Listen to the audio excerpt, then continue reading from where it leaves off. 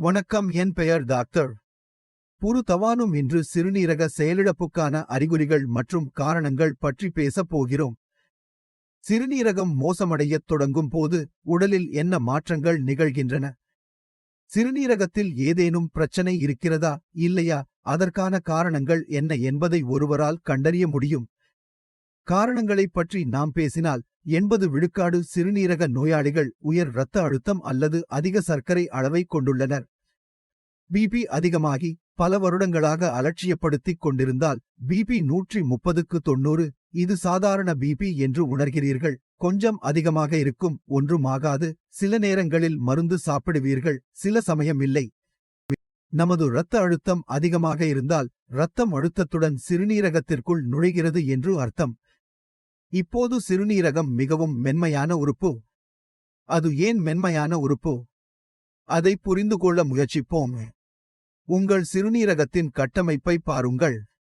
இது மிகச் சிறிய நெஃப்ரான்களைக் கொண்டுள்ளது. இந்த நெஃப்ரான்களுக்கு உணவு வழங்கல் உள்ளது, அவற்றுக்கு இரத்த விநியோகம் உள்ளது. இப்போது இந்த இரத்த சப்ளை நமது முடியின் தடிமனில் 1/3 பங்காகும். பார்க்க வேண்டுமென்றால் சரியாக கூட பார்க்க முடியாத அளவுக்கு மெல்லியதாக இருக்கிறது. இந்த இரத்த சப்ளைக்கு ஏதாவது நேர்ந்தால் என்ன நடக்கும்? இரத்தம் சப்ளை செய்யப்பட்டவருக்கு, அதாவது நெஃப்ரான்களுக்கு இரத்தம் கிடைக்காது, இரத்தம் வடிகட்ட முடியாமல் போய்விடும். என்ன நடக்கும்? அது சேதமடைய ஆரம்பிக்கும். இதை புரிந்து கொள்வது கடினம் அல்ல, எளிதானது. உயர் இரத்த அழுத்தத்தில் இதுதான் நடக்கும். இரத்த அழுத்தம் அதிகரிக்கும் போது இரத்தம் அதிக அழுத்தத்துடன் நுழைகிறது. இப்போது உள்ளே உள்ள அமைப்பு மிகவும் மென்மையானது, அதை கையாள முடியாது. அதை கையாளும் பொருட்டு அது வெடிக்காது, இரத்தம் உள்ளே ஓடாது. அதனால் என்ன நடக்கிறது என்றால், கட்டமைப்பு தன்னைத்தானே கடினப்படுத்தத் தொடங்குகிறது. அழுத்தம் இருப்பதால் அது கடினமாகிவிட்டால் அதை கையாளும். அது உள்ளே கெட்டியாகத் தொடங்கும் போது உள்ளே உள்ள வட்டம், இரத்தம் செல்லும் உள்ளே உள்ள வட்டம் சுருங்கத் தொடங்குகிறது. அது கடினமாகி கெட்டியானது. அது கெட்டியானதும் அதன் சுவர்கள் அடர்ந்து உள்ளே இருக்கும் பாதை குறுகியது. இப்போது அது மிகவும் மெல்லியதாகி, இரத்தம் ஏற்கனவே நன்றாக இருந்ததால் அங்கிருந்து இரத்தம் செல்ல முடியாத அளவுக்கு குறுகலாக மாறுகிறது. இதன் விளைவு என்ன? சிறுநீரகத்தில் இரத்த விநியோகம் இல்லாததால் சிறுநீரகத்தின் அளவு சிறியதாக மாறத் தொடங்குகிறது. சிறுநீரகம் குறுகத் தொடங்குகிறது. எனவே நீங்கள் அல்ட்ராசவுண்ட் செய்து உங்கள் சிறுநீரகம் இரத்த அழுத்தத்தால் பாதிக்கப்பட்டால் எங்கள் அறிக்கைகளில் சிறுநீரகத்தின் அளவு சிறியதாகிவிடும். மேலும் நாம் பார்ப்பது என்னவென்றால், சுற்றுச்சூழல் தன்மை அதிகரித்துள்ளது. சிஎம்டி இழப்பு ஏற்பட்டுள்ளதையும் சுற்றுச்சூழல் அதிகரித்திருப்பதையும் நீங்கள் காண்கிறீர்கள். எனவே சிறுநீரகம் பிபியால் பாதிக்கப்பட்டுள்ளதா இல்லையா என்பதை அல்ட்ராசவுண்ட் மூலம் கண்டுபிடிக்கிறோம்.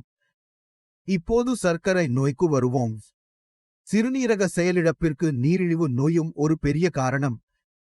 மேலும் சர்க்கரை நோய் என்பது மற்ற எல்லா வீட்டிலும் நாம் எளிதில் பார்க்கக்கூடிய ஒரு நோயாகும். ஒருவருக்கு நீரிழிவு நோய் இருந்தால் இரத்த விநியோகம், நெஃப்ரான்கள் தொந்தரவு செய்யத் தொடங்குவதையும் நாம் காண்கிறோம். ஆனால் இங்கே என்ன காரணம்? இங்கே காரணம் நீரிழிவு நோய். மேலும் ஒருவருக்கு நீரிழிவு நோய் இருந்தால் அது அவரது பல உறுப்புகளில் தாக்கத்தை ஏற்படுத்தத் தொடங்குகிறது. அவருக்கு கண்களில் பிரச்சனைகள் வர ஆரம்பிக்கிறது, பார்வையில் பிரச்சனைகள் வர ஆரம்பிக்கிறது, பள்ளங்கள் வர ஆரம்பிக்கிறது, கால்களில் பொடுகு வர ஆரம்பிக்கிறது மற்றும் சிறுநீரகத்தின் அளவும் அதிகரிக்க ஆரம்பிக்கிறது. ஏனெனில் நமது 3 உறுப்புகளும் 3 இடங்களும் நமது இரத்த விநியோகம் மிகவும் நன்றாக இருக்கும். இப்போது கண்மூடித்தனமாக உள்ளது. கண்மூடித்தனமான இரத்த ஓட்டம் தடிமனாக இருந்தால் நீங்கள் பார்க்க முடியாது. அதேபோல் நமக்கு குளிர்ச்சியாகவும் சூடாகவும் உணர வைக்கும் எங்கள் செவிலியர்கள், அவர்களின் இரத்த சப்ளை மிகவும் நன்றாகவும் சிறுநீரகத்தைப் போலவும் இருக்கிறது. சர்க்கரை நோய் அதிகரிக்கும் போது நாம் என்ன பார்ப்போம்? கண்களும் பலவீனமடைகின்றன, பாதங்களும் பலவீனமடைகின்றன, சிறுநீரகங்களும் சேதமடைகின்றன. எனவே முதலில் நமக்கு என்ன தேவை? இரத்தத்தில் உள்ள சர்க்கரையை எல்லா விலையிலும் கட்டுக்குள் வைத்திருக்க வேண்டும், ஏனென்றால் அது நம் கையில் உள்ளது. சரி, நீங்கள் அதை கட்டுப்படுத்த முயற்சிப்பீர்கள். எனவே 80 விழுக்காடு வழக்குகளில் சிறுநீரக செயலிழப்புக்கு இவை இரண்டும் முக்கிய காரணமாகும். 20 விழுக்காடு வழக்குகளில் காரணம் பெரும்பாலும் மரபணு ஆகும். அதில் நோயாளியின் தவறோ நோயாளியின் உணவோ தவறோ இல்லை. துரதிர்ஷ்டத்தால் ஏற்படும் நோய்கள் என்று சொல்லலாம். ஈக நெஃப்ரோபதி போன்றதோ. ஈக நெஃப்ரோபதி என்பது அறியப்படாத ஒரு நோயியல் நோய், அதாவது இது ஒரு இடியோபாடிக் நோய். அதாவது அதற்கான காரணம் இதுவரை கண்டறியப்படவில்லை.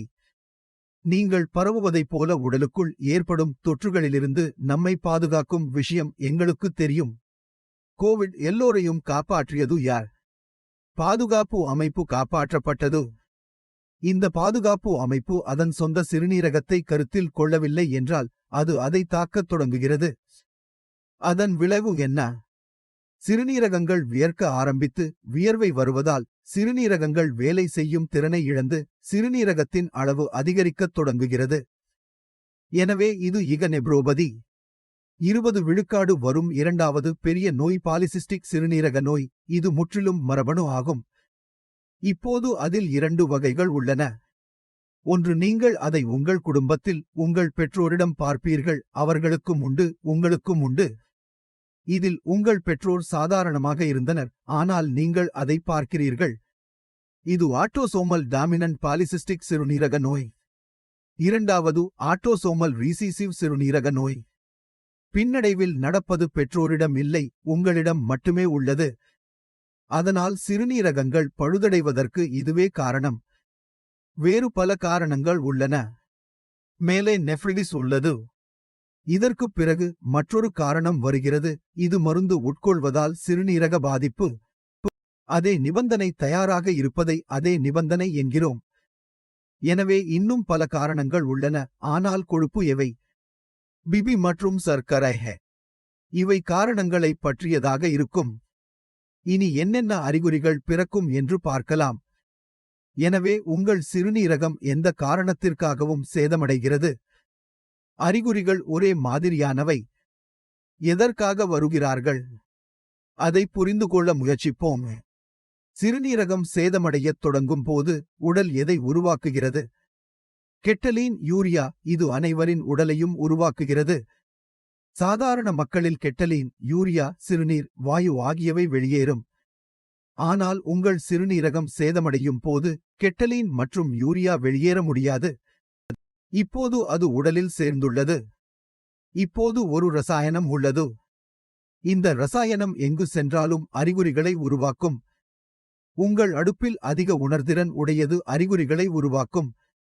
எனவே சிறுநீரக செயலிழப்பு நோயாளிகளில் 2 சிறுநீரக செயலிழப்பு நோயாளிகளில் அறிகுறிகள் பொதுவானவை அல்ல. அவர்கள் கொஞ்சம் வித்தியாசமானவர்கள். அவை ஒன்றுதான், ஆனால் சிலவற்றில் ஏதோ வருகிறது, சிலவற்றில் ஏதோ வருகிறது. இது நடக்கிறது. முதல் அறிகுறியில் நாம் என்ன பார்க்க முடியும்?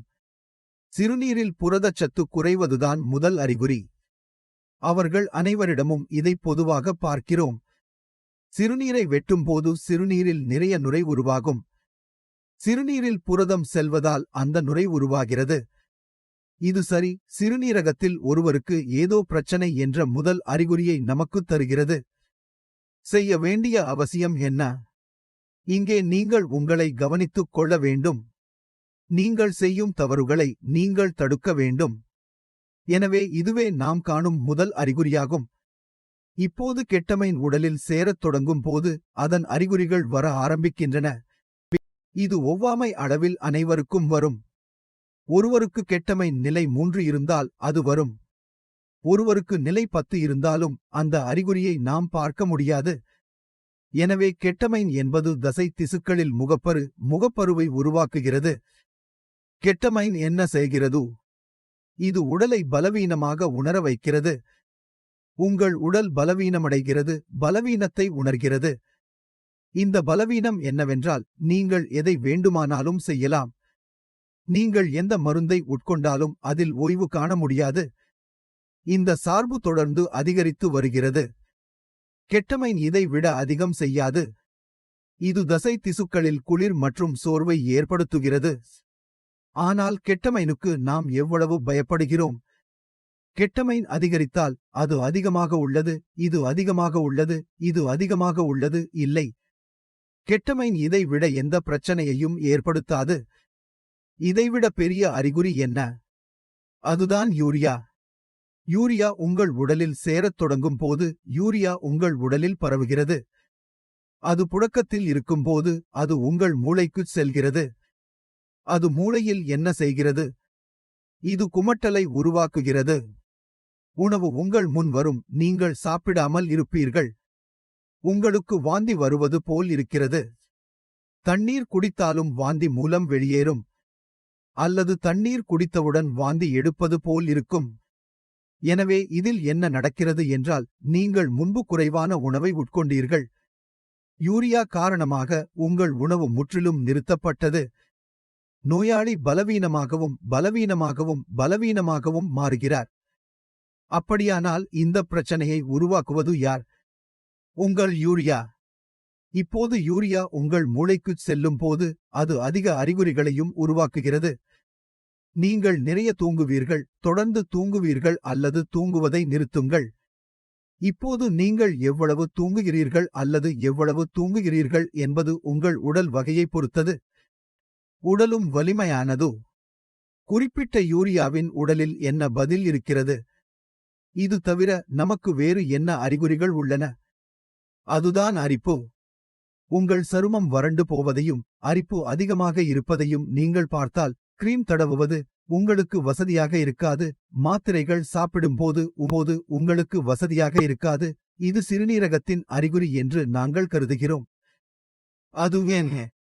ஏனெனில் உடலில் கழிவுப் பொருட்கள் சேரும்போது உங்கள் சருமத்தின் இரத்த ஓட்டமும் அழுக்காகிவிடும். மேலும் அது அழுக்காகும்போது தோல் எதையாவது செய்யும், அதனால் அது அரிப்புகளை உருவாக்குகிறது. உடல் முழுவதும் அரிப்பு ஏற்படத் தொடங்குகிறது. எனவே இவை சில அறிகுறிகள். மற்ற அறிகுறிகள் உள்ளன, ஆனால் பல அறிகுறிகள் உள்ளன. அதை விளக்குவதற்கு நிறைய நேரம் எடுக்கும். அதை அடுத்த காணொளியில் காண்போம். தெரிந்து கொள்ள வேண்டிய 2 அறிகுறிகள் உள்ளன. கால்களில் வீக்கம் போல்.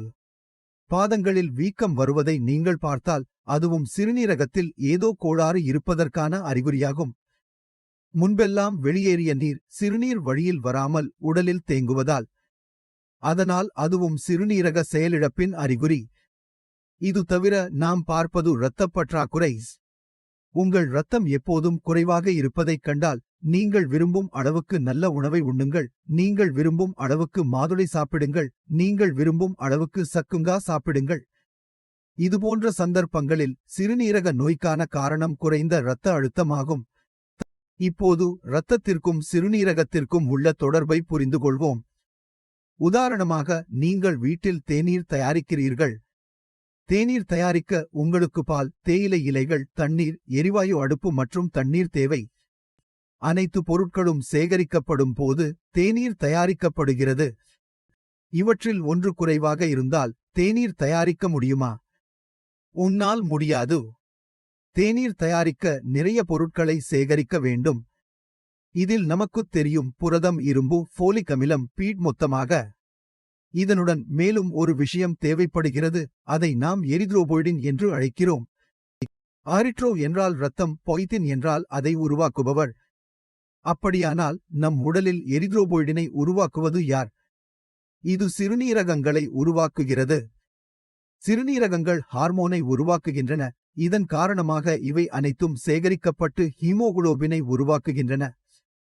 இந்த எரித்ரோபோய்டின் உடலில் குறைவாக இருந்தால் என்ன நடக்கும்? அதிக இரத்தம் தயாரிக்கப்படும், குறைவாக தயாரிக்கப்படும், குறைவாகவே செய்யப்படும். சிறுநீரக செயலிழப்பு நோயாளிகளுக்கு இது நிகழ்கிறது. சிறுநீரகங்கள் நீரிழிவு நோயால் பாதிக்கப்படத் தொடங்குவதால் சிறுநீரகங்கள் தங்கள் வேலையை குறைக்கின்றன. இதன் காரணமாக எரித்ரோபோய்டின் என்ற ஹார்மோன் குறைவாக உள்ளது. விளைவு என்ன? இரத்தப் பற்றாக்குறையை பார்க்கிறோம். இப்போது உங்கள் உடலில் இரத்தப் பற்றாக்குறை இருந்தால் இரத்தப் பற்றாக்குறையின் அறிகுறிகள் வரத் தொடங்குகின்றன.